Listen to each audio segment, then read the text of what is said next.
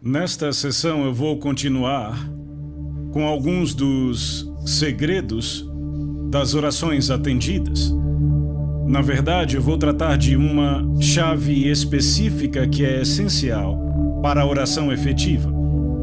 E embora esta chave seja claramente apresentada por toda a Bíblia, desde o Antigo Testamento até o Novo, eu penso que a maioria dos cristãos não atenta para a sua existência. E eu creio que a falha em usar esta chave sobre a qual eu vou falar é uma das causas principais da ineficácia no corpo de Cristo. Você já deve estar pensando, que chave é esta? E eu posso dizer que quando você ouvi-la, provavelmente você não dirá glória a Deus. Eu quero voltar mais uma vez ao Sermão da Montanha, onde Jesus está dando instruções sobre como orar. E eu quero pegar duas passagens paralelas. A primeira está em Mateus capítulo 6, versos 5 e 6, onde Jesus diz: "E quando orarem, não sejam como os hipócritas", e aí ele descreve como os hipócritas agem. E aí ele diz no versículo 6, "Mas, quando orarem", e aí ele diz o que fazer. Então ele usa a frase "quando orarem" duas vezes. Da primeira vez, ele começa com uma negativa: "Não orem como os hipócritas". Mas ele não termina aí. Ele conclui com uma positiva: "É assim que vocês devem orar", e na verdade nós dedicamos a nossa última sessão a analisar o padrão que ele nos deu. Mas agora eu quero avançar no mesmo capítulo 6, para os versículos 16 e 17. E aqui ele apresenta uma outra dimensão da oração. E ele diz: "Quando vocês jejuarem, não sejam como os hipócritas". Mas ele não para com a negativa. Muita gente acha que ele termina aí. Mas ele continua no versículo seguinte: "Mas quando vocês jejuarem", e aí ele nos diz como fazer isso de uma forma aceitável a Deus. Agora, eu acho que vocês percebem que há um paralelo bem próximo entre o que Jesus diz sobre orar e o que ele diz sobre jejum. Primeiro ele diz: "Quando vocês jejuarem", e aí ele diz: "Não façam desta forma, façam daquela". Agora, na minha opinião, a frase "quando vocês orarem" indica que Jesus espera que os discípulos dele atentem bem a isso. Quando vocês orarem, Jesus espera que os seus discípulos orem. Quantos aqui concordariam que essas palavras indicam que Jesus estava considerando que nós, os seus discípulos, oraríamos? Ele não diz "se vocês orarem", ele diz "quando vocês orarem". E eu imagino que a maioria de nós aqui concorda que o Senhor espera que nós, como cristãos, oremos regularmente. Não está certo? Ok, agora nós passamos para o próximo estágio e ele não diz "se vocês jejuarem", ele diz "quando vocês jejuarem". O que é que isso indica? Isto indica que ele espera que jejuemos da mesma maneira que ele espera que oremos. Não parece lógico? Você está aqui comigo, ainda que talvez relutantemente, mas ainda está comigo? Bem, não fique relutante.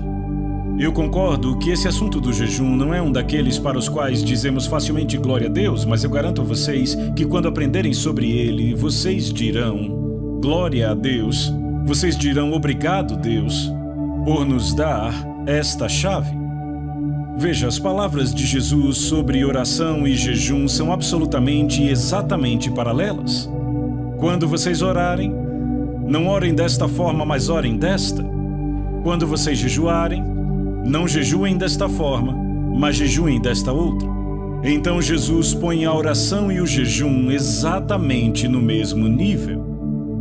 Minha conclusão é que, se ele tem expectativa que oremos, ele também espera que jejuemos. E eu me alegro muito porque eu tenho um grande predecessor no ministério que chegou à mesma conclusão. Na verdade, a muitos deles, Lutero chegou à mesma conclusão, mas aquele sobre o qual estou falando é John Wesley. E eu li o diário de John Wesley há alguns anos e ele mexeu comigo e me estimulou. E ele disse algo parecido com isto. Eu estou convencido que se um cristão entendeu a necessidade de jejuar e não pratica o jejum, ele vai se desviar com a mesma probabilidade de um cristão que entendeu a necessidade de orar e não ora. E John Wesley não ordenava para o ministério metodista nenhum homem que não se comprometesse a jejuar todas as quartas e sextas até as 4 da tarde. Era um requisito básico para ser ordenado no ministério metodista.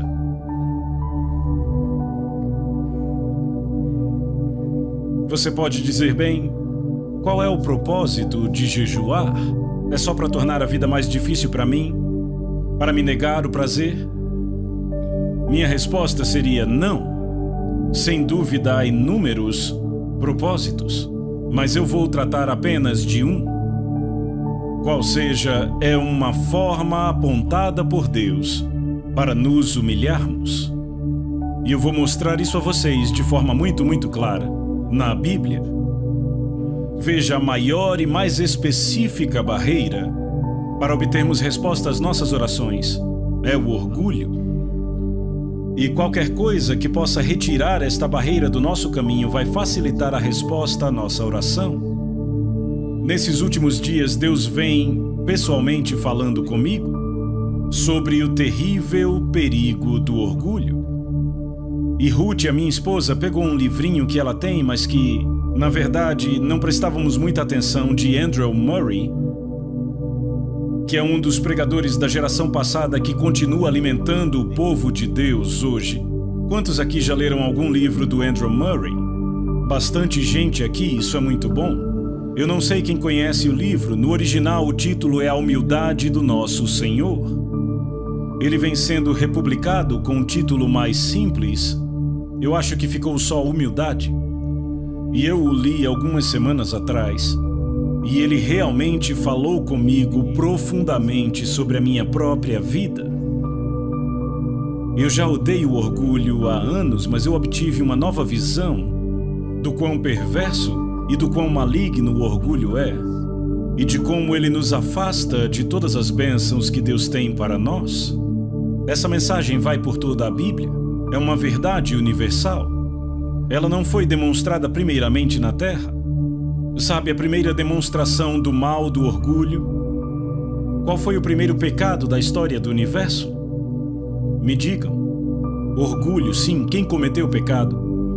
Lúcifer, isso mesmo, um anjo no céu. E se aquele orgulho, se o pecado do orgulho pôde ser cometido no céu, fazendo com que um anjo perdesse o seu lugar, quanto mais suscetíveis estamos ao pecado do orgulho devido à natureza pecaminosa nesta terra. Eu vou dar aqui 3 passagens da Bíblia que tratam de orgulho e de humildade. A primeira fica em Lucas 14, versículo 11. E é o final de uma parábola onde Jesus explica como agir quando se é convidado a um banquete, em Lucas 14. E sabe, nós somos convidados para banquetes hoje em dia, às vezes. Eu fui convidado para um ontem. E Jesus disse, ele era tão prático. Ele sempre dava ilustrações muito simples. Primeiro, eu quero dizer que Deus nunca disse que ele vai nos humilhar. Ele sempre nos diz para nos humilharmos. Eu digo às pessoas, Deus podia te humilhar, mas só você pode se fazer humilde. Não ore, Deus me torne humilde, porque essa não é uma oração bíblica e, além do mais, provavelmente você se arrependerá dos resultados desta oração. Algumas semanas ou meses depois, quando você se encontrar na situação mais humilhante e perguntar, Deus, como eu vim parar aqui? Bem, você orou. Você orou. Jesus diz, quando você for convidado para um banquete, não saiam correndo para pegar o melhor lugar, o lugar de honra.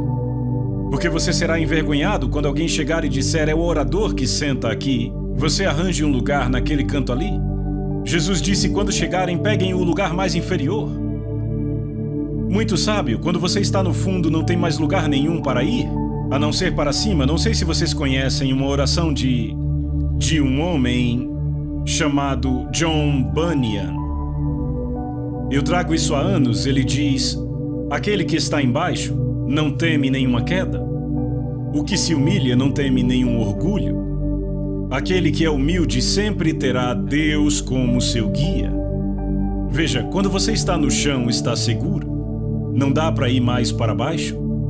Muito raramente eu ministro em reuniões públicas grandes como esta, sem antes tomar meu lugar de rosto no chão, de joelhos diante do Senhor. E eu digo a vocês, antes desses encontros, Ruth e eu ficamos assim por muito tempo. É ali que eu me sinto realmente seguro, lá no chão. Então Jesus disse no fim da parábola: se você não quer ser envergonhado, evite a situação.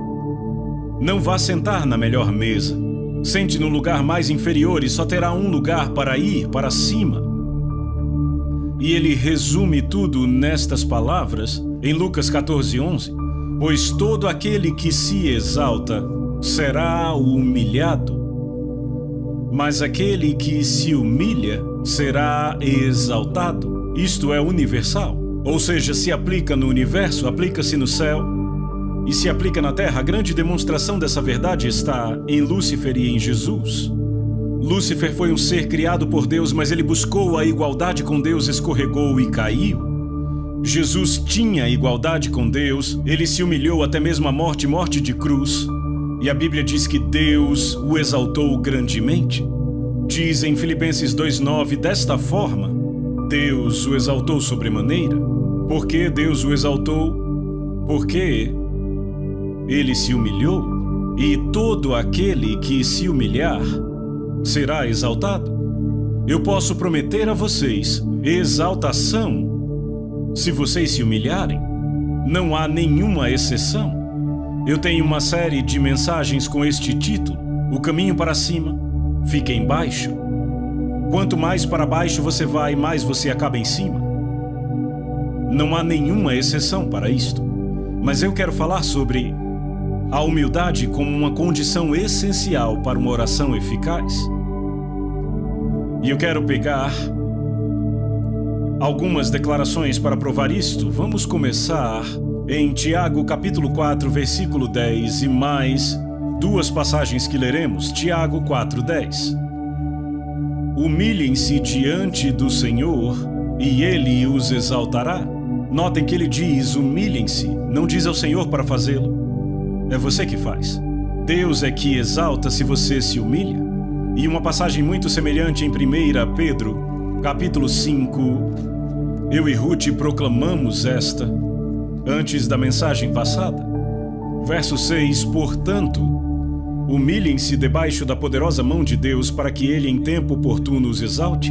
O verso anterior diz: Deus resiste aos soberbos, mas dá graça aos humildes.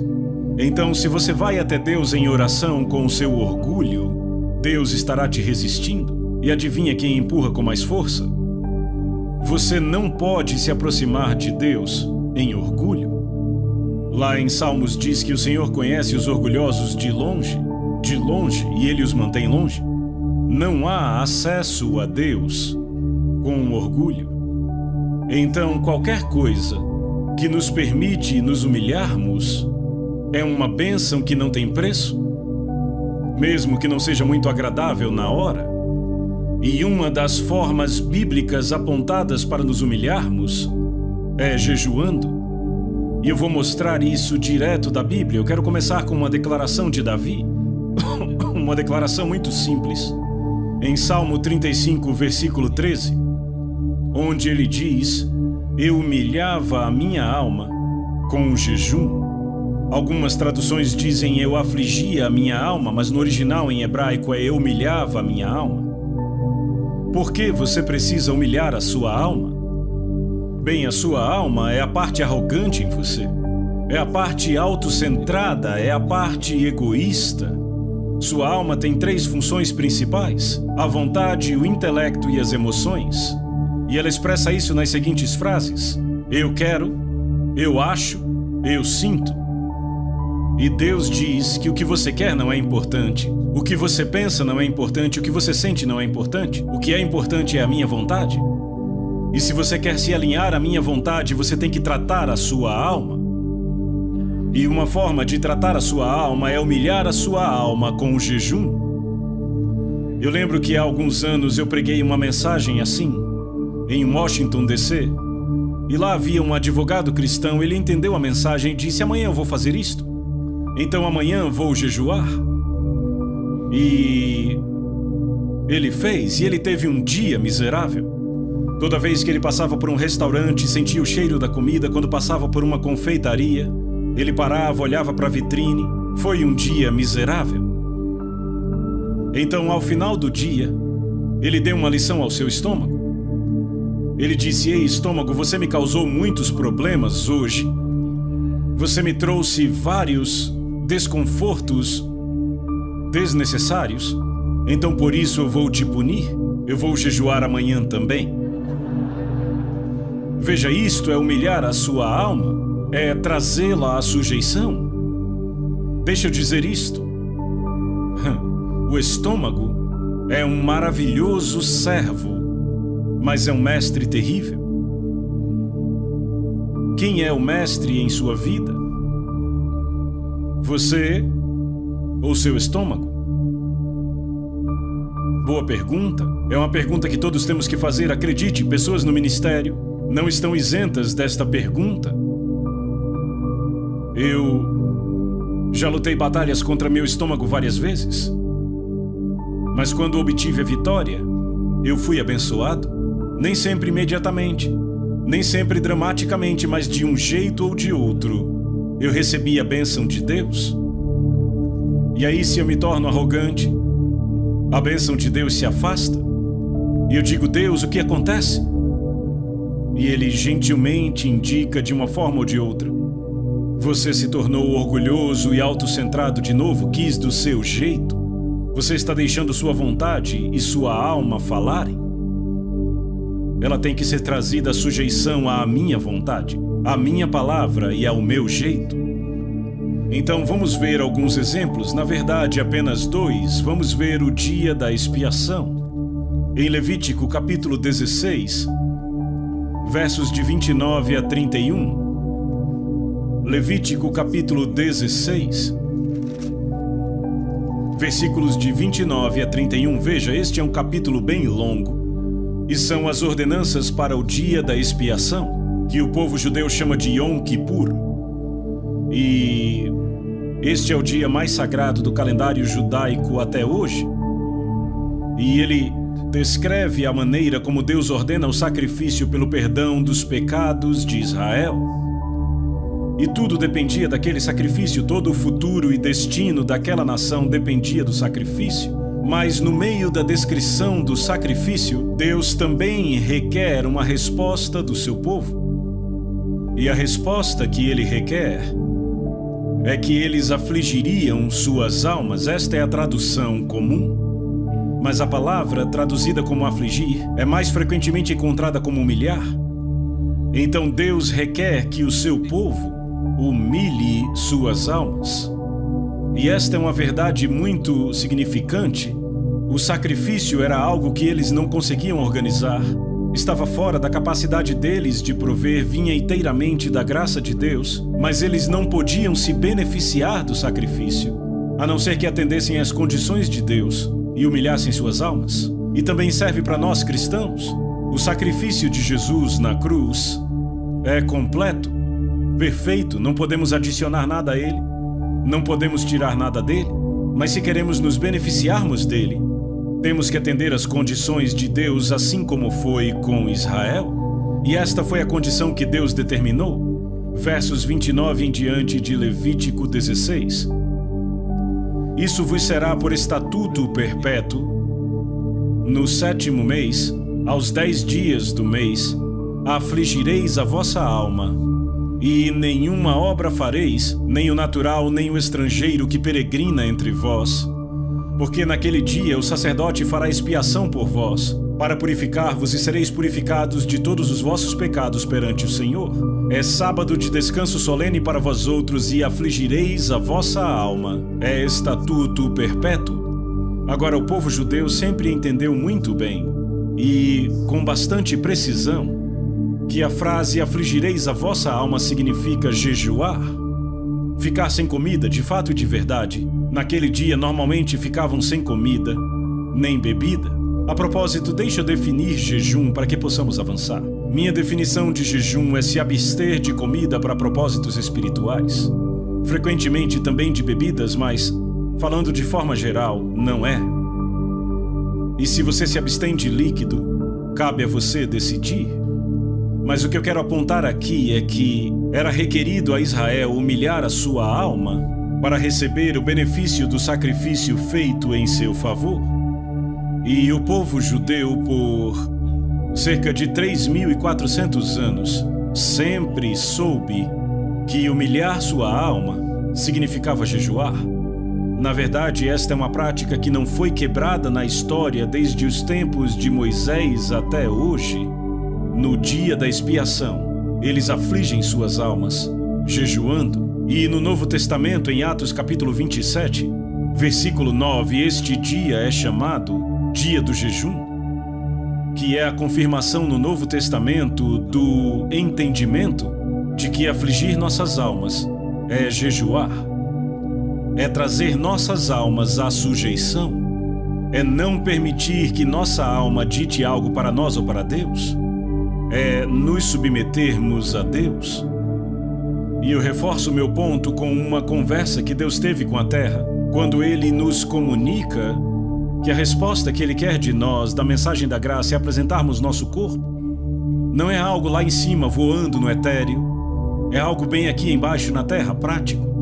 E quando Deus diz, eu quero que vocês se humilhem uma forma, e de jeito nenhum é a única forma, uma forma, é jejuando.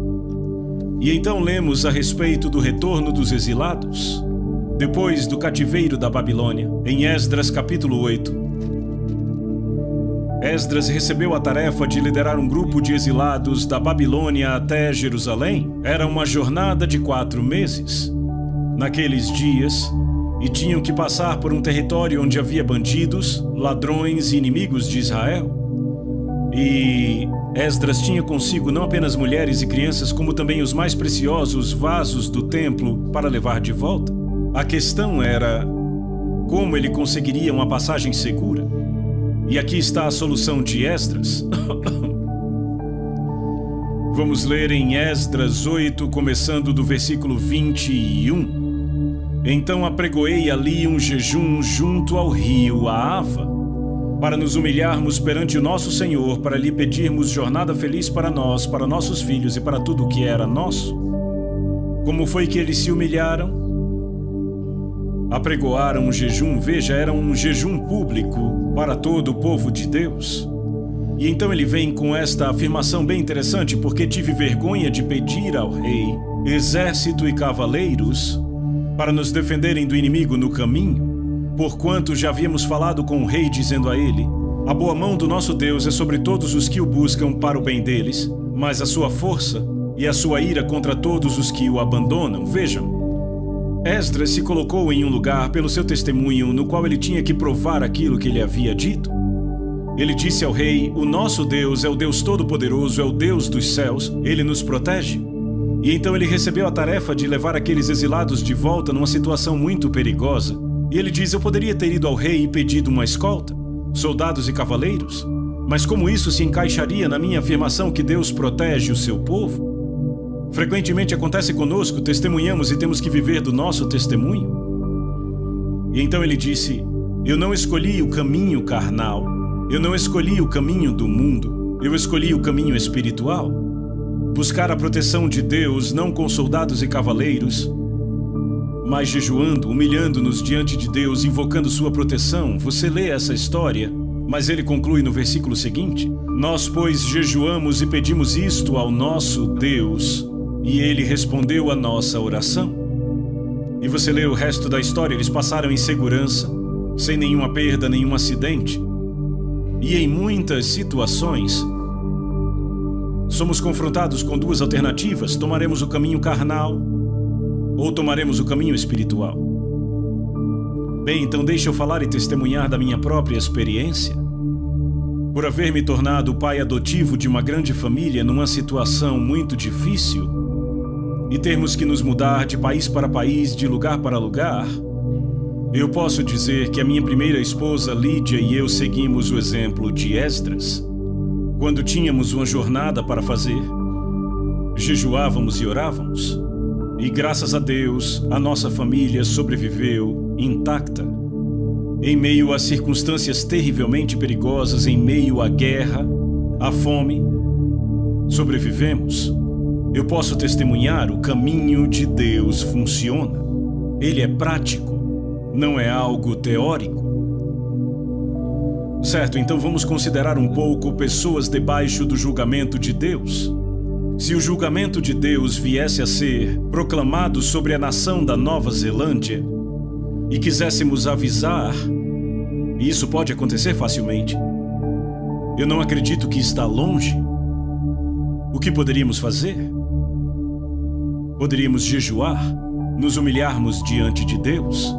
Sabe, houve um rei terrivelmente mau em Israel, chamado Acabe. Eu não sei se você lembra da história de Acabe, mas ele casou com Jezabel e ele levou Israel à idolatria e a todo tipo de maldade. E em 1 Reis, capítulo 21, Elias teve um confronto com Acabe. E ele pronunciou o juízo de Deus sobre ele. Vejamos aqui, Deus disse a ele, verso 21, farei a tua casa como a casa de Jeroboão, filho de Nebate, e como a casa de Baasa, filho de Aías. Todo homem e toda mulher da sua família será destruído. Esse foi o juízo de Deus. E então ele continua dizendo, no verso 25, ninguém houve, pois, como Acabe, que se vendeu para fazer o que era mal perante o Senhor, porque Jezabel, a sua esposa, o instigava. Então ele foi o rei mais perverso, e Deus anunciou o juízo sobre ele através do profeta Elias. Mas Acabe temeu ao Senhor. Verso 27, tendo Acabe ouvido estas palavras, rasgou as suas vestes, cobriu de pano de saco o seu corpo e jejuou, dormia em panos de saco e andava cabisbaixo. E veio a palavra do Senhor a Elias, dizendo, não viste que Acabe se humilha perante mim? Portanto, visto que se humilha perante mim, não trarei este mal nos seus dias, mas nos dias do seu filho trarei. Então temos aqui este homem apontado como o rei mais perverso em Israel até aquela época. O juízo de Deus foi pronunciado contra ele e sua família. Mas quando ele se humilhou com o jejum, Deus disse, não trarei o juízo nos seus dias. Ora, se o jejum pôde fazer isto com Acabe, o que poderá fazer a mim e a você como filhos de Deus? Você vê o potencial. E então, na história de Jonas, na sua mensagem para Nínive, vemos como ele entrou na cidade, uma cidade muito perversa, violenta e má, e ele proclamou que em 40 dias a cidade seria destruída. Aquela era uma mensagem de Deus. Como foi que os habitantes de Nínive responderam? Jonatas 3:6. Chegou esta notícia ao rei de Nínive.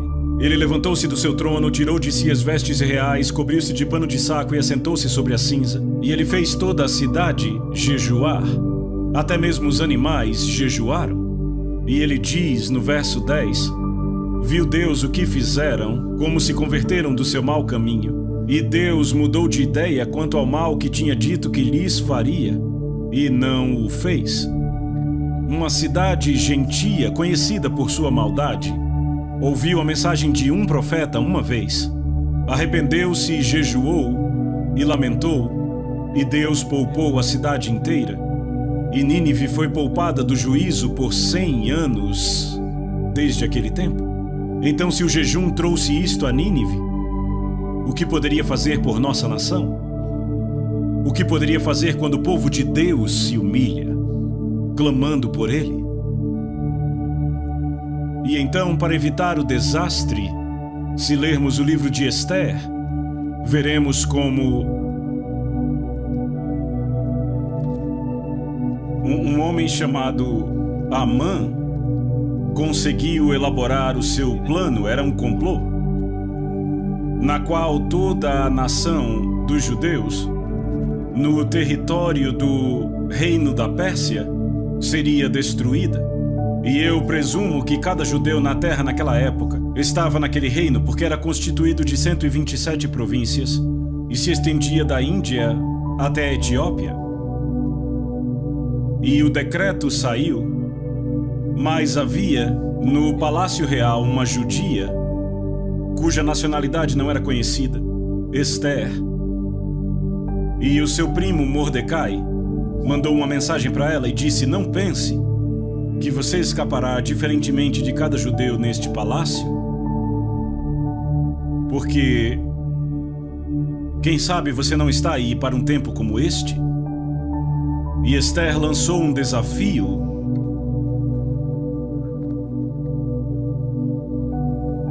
E ela disse: vai e reúna todos os judeus que estiverem em Suzã e jejuem por mim. Não comam nem bebam nada por 3 dias durante dia e noite. Eu e as minhas servas também jejuaremos. Depois irei falar com o rei, ainda que seja contra a lei, e se eu tiver de morrer, morrerei. Você lê o resto da história, que quando o edito foi proclamado, a situação inteira foi totalmente invertida e termina com um triunfo para o povo judeu e a preservação da nação judaica. O que foi que mudou a história? Qual foi o ponto de virada?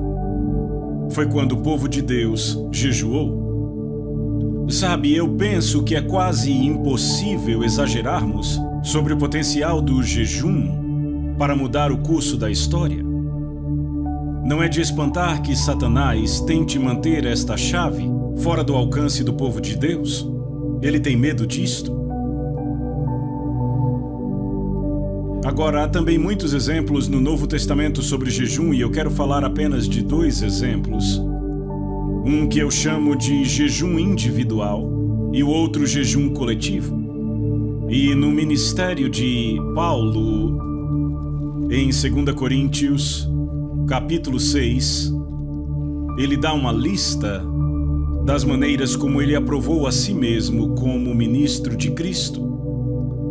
2 Coríntios 6, versículos 4 e 5. Pelo contrário, em tudo, recomendamos a nós mesmos como ministros de Deus. E então ele lista várias maneiras que o recomendaram como ministro de Deus.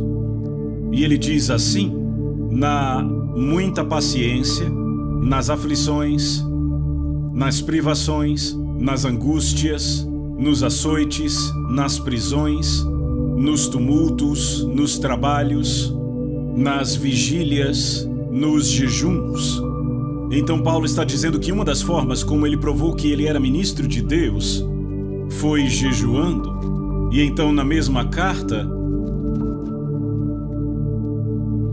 capítulo 11, versos 23 e 27, ele traz uma lista similar àquela. Ele diz: são ministros de Cristo, falo como fora de mim eu ainda mais. E então ele dá uma lista completa de maneiras de como ele foi um ministro de Cristo.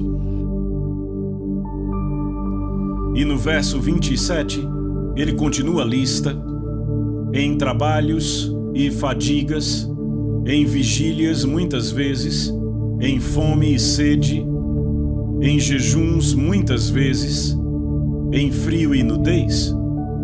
Então ele diz: jejuei muitas vezes. E note que na fala dele, fome e sede são uma coisa e jejum é outra. Fome e sede é quando você não come porque não tem o que comer ou beber. Jejum é quando você pode comer, mas você nega. Esta foi uma das formas como Paulo provou a si mesmo como sendo ministro de Cristo. E eu acredito que os ministros de Cristo deviam provar a si mesmos desta forma hoje. Eu falei sobre minha própria experiência, mas só mencionei isto.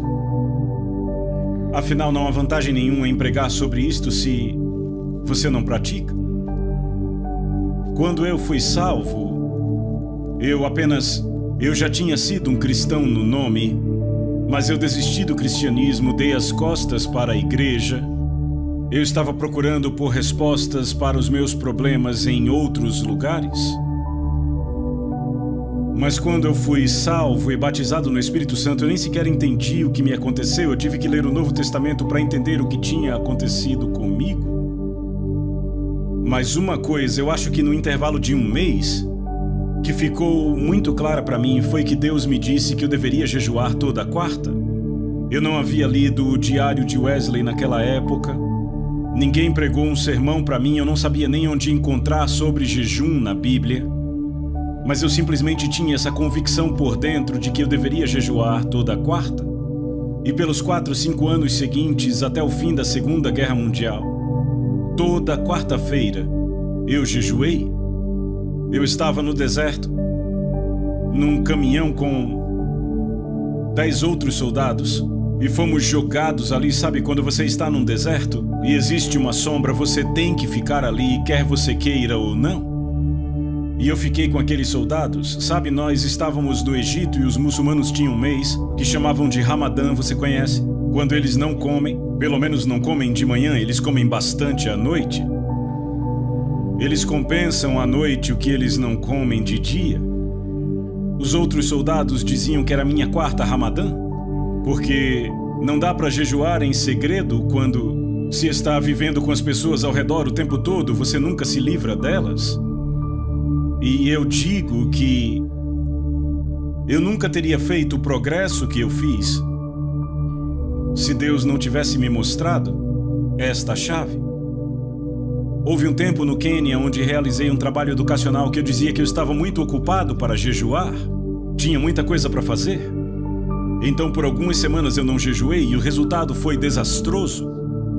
E daí eu decidi que eu nunca poderia estar ocupado demais para jejuar.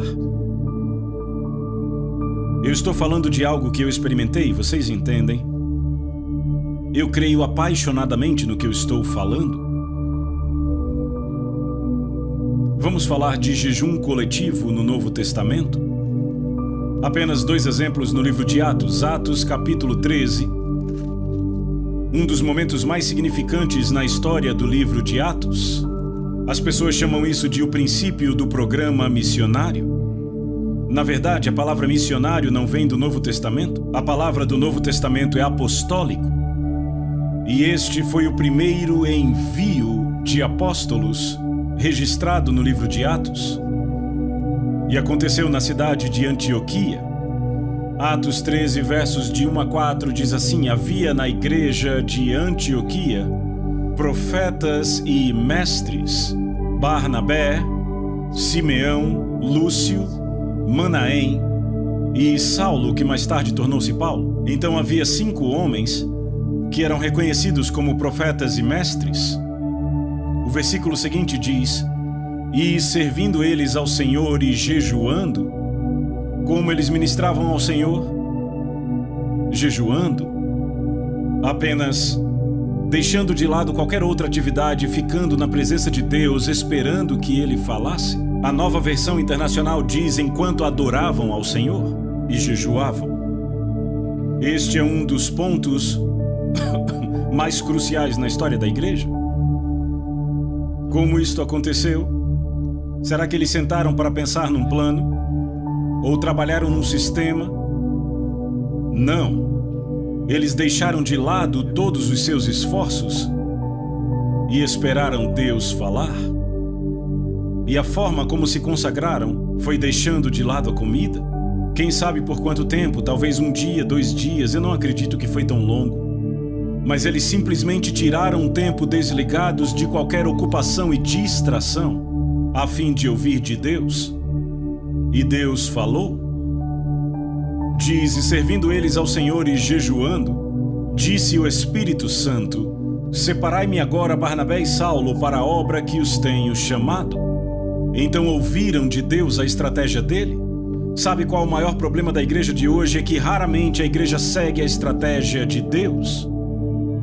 Raramente. Temos nossos próprios planos, nossos programas, nossos sistemas, e a maioria deles não foi Deus quem iniciou. E Deus só se compromete a concluir aquilo que Ele iniciou. Paulo diz em Filipenses 1,6: estou plenamente certo de que aquele que começou a boa obra em vós há de completá-la. Jesus diz: eu sou o Alfa e o Ômega, o princípio e o fim. O que Ele começa, Ele vai concluir. Mas o que Ele não começa não tem compromisso de concluir. O que é importante é descobrir o que Deus está começando. Qual é o plano de Deus? Como podemos ouvir de Deus? E a igreja antiga estabeleceu o padrão. Eles tiraram um tempo de tudo, incluindo de comer, e disseram: temos que ouvir de Deus. E eles ouviram. Deus disse: bem, eu tenho um plano. Eu quero que separem 2 homens, Barnabé e Saulo, e os enviem. Não os enviaram imediatamente? Ouçam. Diz: então, jejuando e orando, e impondo sobre eles as mãos, os despediram. Então jejuaram de novo. Da primeira vez jejuaram para saber a vontade de Deus. Da segunda vez jejuaram para comprometer aqueles homens a cumprir a vontade de Deus. E o versículo seguinte diz: enviados, pois, pelo Espírito Santo. E a palavra enviados aí vem de uma bela palavra grega que significa enviados e acompanhados. O Espírito Santo não disse apenas vão, disse vão e eu vou com vocês. E este foi o princípio do ministério apostólico. Naquela época foram chamados de profetas e mestres.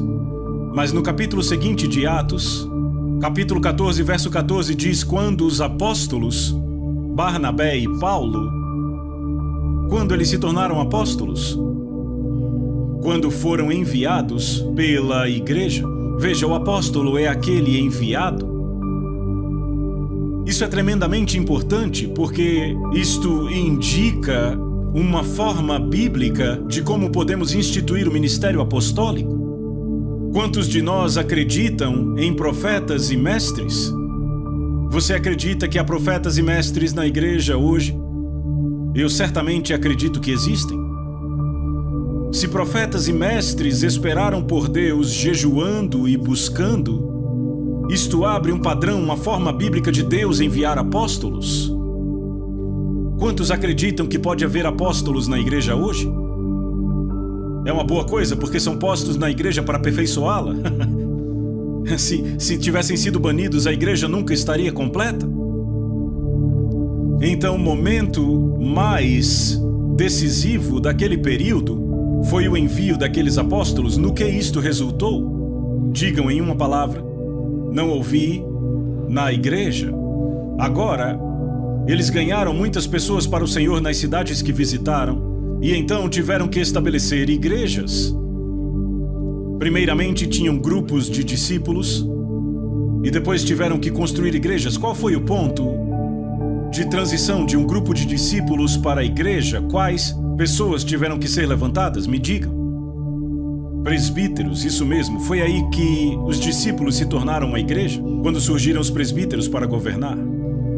Então fizeram isso. Lemos em Atos 14, verso 21. E tendo anunciado o evangelho naquela cidade e feito muitos discípulos, voltaram para Listra, Icônio e Antioquia, cidades onde já haviam pregado, fortalecendo a alma dos discípulos, exortando-os a permanecer firmes na fé e mostrando que através de muitas tribulações nos importa entrar no reino de Deus.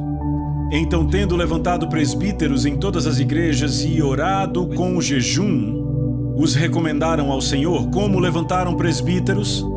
Como entraram na mente do Senhor para saber quem seriam? Tem versões que trazem a palavra eleição. Sim, mas foi uma eleição de Deus.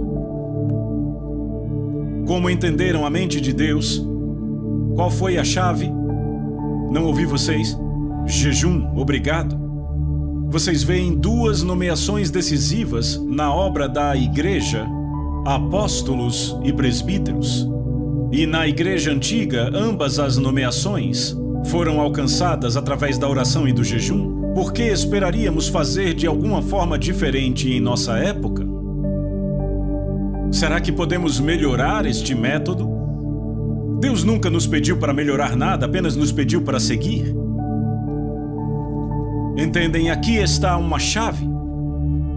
E eu estou pondo ela em suas mãos. O que farão com ela? O que os cristãos desta nação vão fazer com esta chave? O que os cristãos da Austrália farão com esta chave? O que os cristãos da Inglaterra farão com esta chave, África do Sul e todas as outras nações onde esta mensagem chegar? Você acha que Deus mudou? Será que encontramos uma maneira melhor? Certo, então agora eu quero apontar duas conclusões. A primeira está na conhecida passagem em 2 Crônicas 7:14. Eu a chamo de esperança para uma nação. Esperança para uma nação. Quantos sabem o que 2 Crônicas 7:4 diz? Muitos, graças a Deus.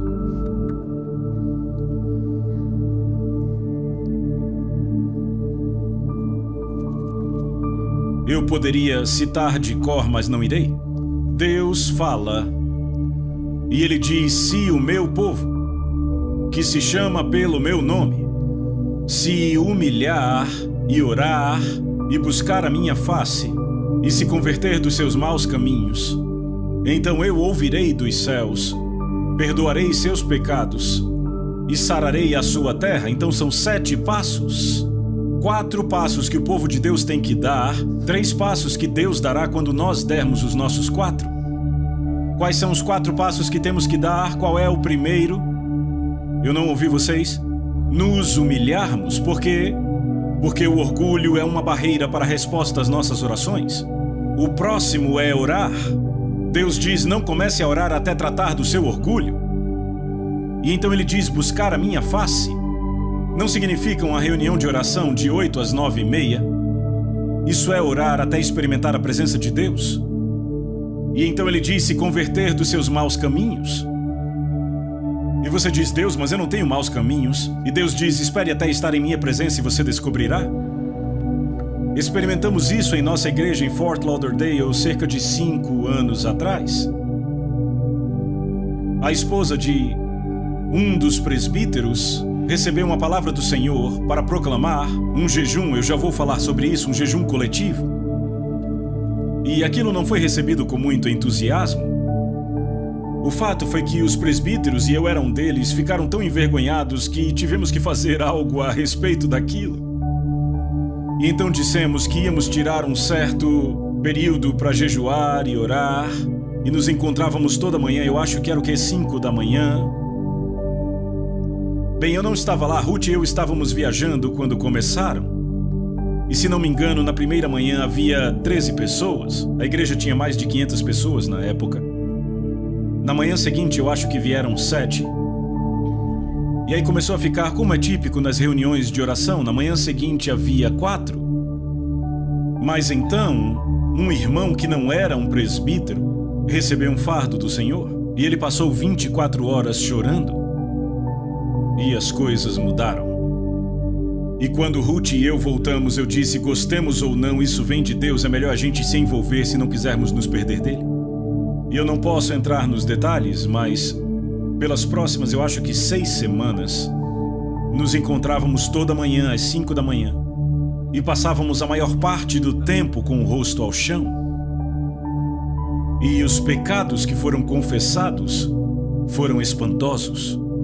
Era uma igreja ótima e respeitável, mas havia adultério, fornicação, havia alcoolismo, e não veio à tona até estarmos na presença de Deus. Não diga a Deus: eu não tenho maus caminhos para me arrepender. Provavelmente isso só vai dizer o quão distante você está da face dele. À luz do semblante dele, as coisas ficam diferentes. O que Deus pede de nós? 4 coisas: nos humilharmos, orar, buscar sua face, se converter dos maus caminhos. Como é que nos humilhamos? Fazendo o quê? Você entendeu a mensagem? Certo, veja, você pode jejuar e ser muito orgulhoso. Jesus disse: não jejue assim. Não é assim que se jejua, é assim que os hipócritas jejuam. Mas ele não disse, é por isso que vocês não jejuarão? Não, ele disse, jejue da maneira certa, não da errada. Então Deus diz, eu faço 3 coisas. Se você faz as 4, eu faço as 3. Eu ouvirei, eu perdoarei os pecados e eu sararei a sua terra. Quantos aqui gostariam de ver a sua terra sarada? Será que Deus já te mostrou um caminho? Será que há um remédio bíblico? Eu creio que há. Vamos para uma última passagem na Bíblia. Joel capítulo 2.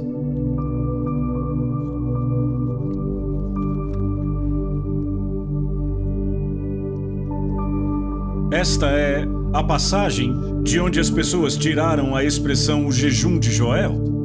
Joel 2,15. Tocai a trombeta em Sião, promulgai um santo jejum, proclamai a assembleia solene, congregai o povo, santificai a congregação, ajuntai os anciãos, os filhinhos e os que mamam. É interessante, naquela época tínhamos crianças de colo e crianças maiores nos encontros. Quase toda manhã lá estavam elas e elas pareciam incomodadas e desapontadas quando seus pais não as acordavam para a oração. Sabe, era um exemplo vivo disso. Vamos continuar. Saia o noivo da sua recâmara e a noiva do seu aposento. Chorem os sacerdotes, ministros do Senhor, entre o pórtico e o altar, e orem. Que digam, poupa o teu povo, ó Senhor, e não entregues a tua herança ao opróbrio, para que as nações façam escárnio dele, porque hão de dizer entre os povos onde está o seu Deus. Note que, acompanhando, percebemos que ele menciona 3 categorias: os sacerdotes, os ministros e os anciãos. E aqui está a responsabilidade da liderança na igreja de dar o exemplo, de tomar a dianteira. Sabe quem são os líderes? As pessoas que vão na frente. Às vezes os ministros estão liderando de trás. Isto não é liderança. Jesus, no jardim do Getsêmani, levou seus discípulos consigo. E então tomou 3. E eles pararam e diz que ele foi um pouco mais adiante. Isto é liderança? É ir um pouco mais adiante? Uma vez ouvi um pastor dizer, eu tenho que correr para alcançar o meu povo. Isso não é liderança. Aqui está a responsabilidade da liderança. Agora, ouçam a última declaração, onde no mesmo capítulo, versículo 28, e acontecerá depois que derramarei o meu espírito sobre toda a carne. Vossos filhos e vossas filhas profetizarão, vossos velhos sonharão e vossos jovens terão visões. Ele diz depois do quê? Depois do quê? Depois que o povo de Deus atendeu às condições dele. Agora eu sei que Pedro, citando isso no dia de Pentecostes, disse, acontecerá aqui nos últimos dias. Mas aquele não era um cumprimento total, era um cumprimento antecipado, e é muito significante porque, naquela passagem em Atos 2, Pedro cita o Senhor dizendo, derramarei do meu espírito. Algo do meu espírito, e aquilo começou no dia de Pentecostes. Mas nesta passagem Deus diz, eu derramarei o meu espírito, não do meu espírito, mas eu liberarei o meu espírito na terra, sobre toda a carne. Irmãos e irmãs, ainda não vimos isto, vimos apenas um pouco salpicado. Há mais de 1 bilhão de muçulmanos na Terra que nunca foram tocados pelo Espírito de Deus. Como os alcançaremos? O que libertará o Espírito de Deus? Eu digo a vocês, se vocês já lidaram com o Islã, é uma fortaleza impenetrável para uma aproximação natural. Você tem que ir pelos meios espirituais. Qual é o programa de Deus? Convoquem um jejum, santifiquem a assembleia, que os anciãos, os sacerdotes e os ministros mostrem o exemplo. E Deus diz, no meu tempo, quando atenderem minhas condições, eu vou derramar o meu espírito sobre toda a carne. Eu creio que esta é a solução, e eu não acredito que haja outra. E eu creio que Deus nos mostrou na Bíblia o caminho. Vamos curvar as nossas cabeças diante do Senhor. Peça a Deus.